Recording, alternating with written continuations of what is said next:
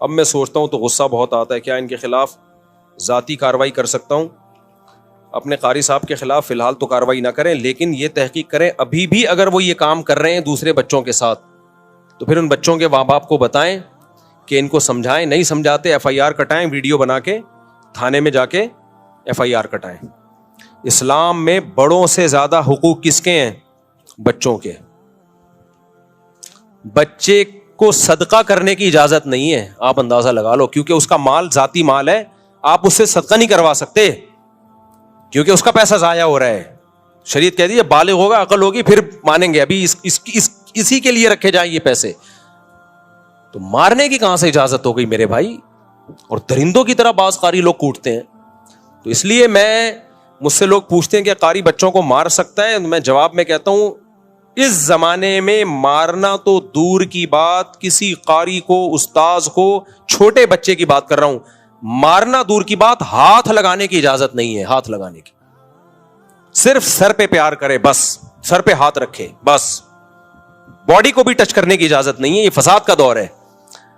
تو کسی بھی مسجد میں، مدرسے میں، اسکول میں، کہیں بھی ایسا ہو رہا ہے کہ قاری صاحب بچے کو تھپڑ مار رہا ہے، ماں باپ بولے بھائی آپ کو ہم نے پرمیشن نہیں دی ہاتھ لگانے کی۔ اس زمانے میں ٹھیک ہے وہ اب فتویٰ لائیں گے، جائز ہے نا، میں ان فتووں میں نہیں پڑھ رہا، میں بات کر رہا ہوں کس کی؟ اس زمانے کی۔ قطعاً اجازت نہیں ہے، کیونکہ اس کی کوئی لمٹ نہیں ہے۔ آپ نے ایک تھپڑ کی اجازت دے دی، وہ 2 4 10 کوٹتا ہے، وہ اپنی ٹھڑک ہاتھ پاؤں ٹوٹتے ہوئے دیکھے ہیں میں نے قاریوں کے ہاتھوں، بچوں کے۔ ایک بچے سے میں ملا، سنتا ہی نہیں ہے، بڑا ہو گیا اب تو، شادی ہو گئی، اس کے بچے ہو گئے، سنتا ہی نہیں ہے۔ میں نے کہا کیا ہوا ہے، تم سماعت کیوں کمزور ہے؟ کہہ رہے ہیں قاری نے ایک تھپڑ مارا تھا اتنی زور سے کانوں کی سماعت چلی گئی۔ تو اس لیے سارے قاری ایسے نہیں ہوتے، ہم نے بھی قاریوں سے پڑھا ہے، اللہ کا شکر ہے کبھی نہیں تھپڑ مارا۔ میں نے جس مدرسے میں پڑھا ہے کبھی نہیں مار پڑی، صرف ایک دفعہ پڑی تھی۔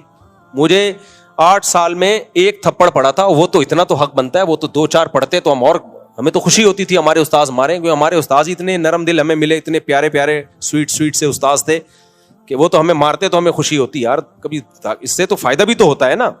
لیکن ایسے استاذ مارکیٹ میں بھی تو شارٹ چل رہے ہیں۔ تو مجھے ایک تھپڑ پڑا ہے، طالب علم مدرسے کی بات کر رہا ہوں، وہ استاذ بھی پٹھان، ہر سال میں نے اسے ان پٹھان ٹیچر جو بڑے سخت تھے، پورے دور حدیث تک انہوں نے ایک تھپڑ مارا، وہ بھی گردن پہ۔ وہ بھی کیسے مارا؟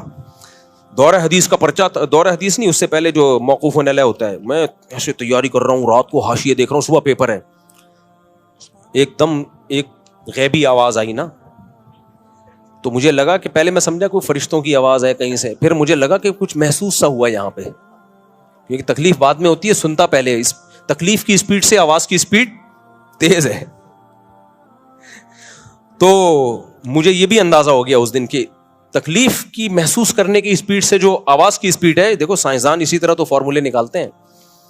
تو میں نے دیکھا یہ ہوا کیا ہے، تو میرے استاذ کھڑے ہوئے تھے، انہوں نے گردن پہ رکھ کے لگایا، انہوں نے کہا پورے سال تمیز سے محنت کرتے نا تو اس وقت ہاتھ پاؤں پھولے بھی نہیں۔ ان کو دیکھا امتحان میں تو ہاتھ پاؤں، تو ہمیں ذرا بھی دل میں ہمیں تو خوشی ہوتی تھی، یار ہم تو ویسے کہاں سے بخشے جائیں گے بھائی، تھوڑا سا استاذوں سے پٹ جائیں تو شاید اللہ بخشش کر دے، تو ہمیں تو خوشی ہوئی، بس وہ ایک لگا تھا۔ اور ایک سزا مجھے ملی ہے دور حدیث میں۔ دور حدیث میں آدمی پورا مولانا بن چکا ہوتا ہے، ہو یہ رہا تھا کہ ہم رات کو مطالعہ کرتے تھے، صبح کوئی طالب علم کتاب اٹھا کے کہیں اور رکھ دیتا تھا، وہ صفائی والا، وہ کتاب ہی نہیں ملتی تھی۔ 2 4 دفعہ ایسا ہوا سبق میں بیٹھے میں کتاب ہی نہیں ہے، وہ کتاب صفائی والا پتہ نہیں کہاں رکھ دیتا تھا۔ تو ہم 4 طالب علم تھے دور حدیث میں، چاروں کے پاس کتاب نہیں۔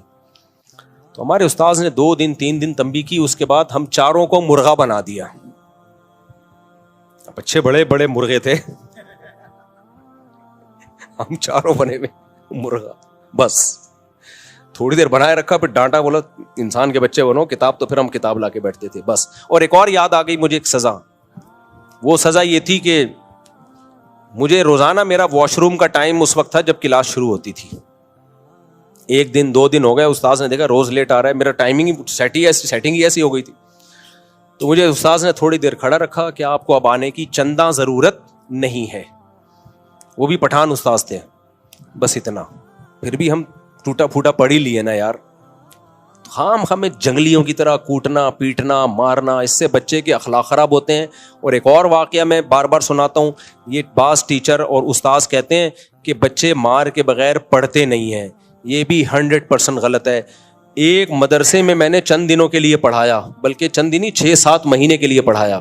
میرے پاس 50 بچے تھے، چھوٹے چھوٹے پدے اتنے سے، یعنی ایک کلاس کے 2 حصے تھے، سیکشن اے سیکشن بی ہوتا ہے نا.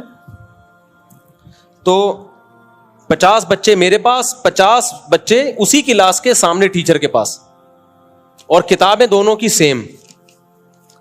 میں نے 6-7 مہینے میں نہ کسی کو تھپڑ مارا ہوگا، نہ کسی کو ڈانٹا ہوگا، مزے سے گپ شپ لگا کے لطیفے سنا کے ان کو میں نے پڑھا دیا. سامنے ٹیچر روزانہ بچے پٹ بھی رہے ہیں، کوئی مرغا بنا ہوا ہے، کوئی ایک ٹانگ پہ، کوئی ہیلی کاپٹر، کوئی بغیر کرسی کے بیٹھا ہوا ہے، سمجھ میں. اور میرے بچوں کا رزلٹ بھی وہی جو ان کے بچوں کا رزلٹ. میں نے کہا الگ الگ مدرسہ بھی ہوتا نا، میں کہتا اس مدرسے کے بچے نالائق ہیں، یا الگ الگ کلاسیں ہوتی یا الگ الگ کتابیں ہوتی تو کوئی کہہ سکتا تھا بھائی وہ کتاب ایسی ہے جو مار کے بغیر نہیں پڑھائی جا سکتی، اور یہ کتاب ایسی ہے جو مار کے بغیر پڑھائی جا سکتی. میں نے کہا میرا ایمان اور مضبوط ہو گیا. یہ جو کہتے ہیں نا مار کے بغیر بچے پڑھتے نہیں ہیں، یہ ان کی اپنی ٹھڑک ہوتی ہے، گھر میں بیوی کے ساتھ ان کا جھگڑا ہوتا ہے، مسائل ہوتے ہیں، یا یہ خود اتنے پٹے ہوتے ہیں بچپن میں کہ وہ پٹائی آگے پارسل کر رہے ہوتے ہیں. تو ہم نے تو پڑھایا ہے بھائی ایسے، بچے تو ایسے چٹکلے سناتا تو ہنستے تھے، پھر پڑھانا شروع کرتے. بچوں کو بچوں کے اسٹائل میں پڑھانا پڑتا ہے. میں ترنم سے پڑھاتا تھا بچوں کو، ترنم سے ایسی سر لگا کے لے لگا کے، بچے بھی وہی لے میں یاد کرتے تھے. تو آپ کے اپنی بد اخلاقی ہوتی ہے، آپ کی اپنی ٹھڑک ہوتی ہے. آپ سمجھتے ہو کہ بچے مار کے بغیر پڑھیں گے نہیں.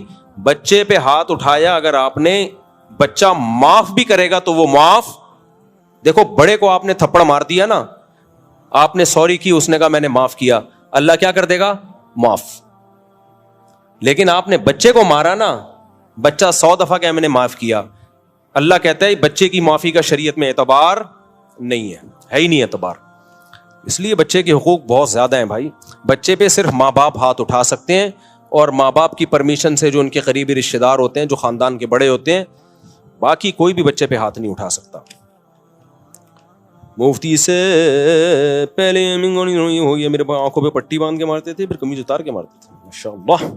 قاری صاحب کو جمناسٹک میں لے جائیں آپ، ریسلنگ میں بہت اچھی ریسلنگ کریں گے وہ، وہاں ان کو کہیں آپ ریسلر بنے اچھے، پٹخ پٹخ کے ماریں. لیکن جب آپ اس کو ماریں گے وہ بھی پٹخ کے آپ کو اسی اسپیڈ سے گرائے گا.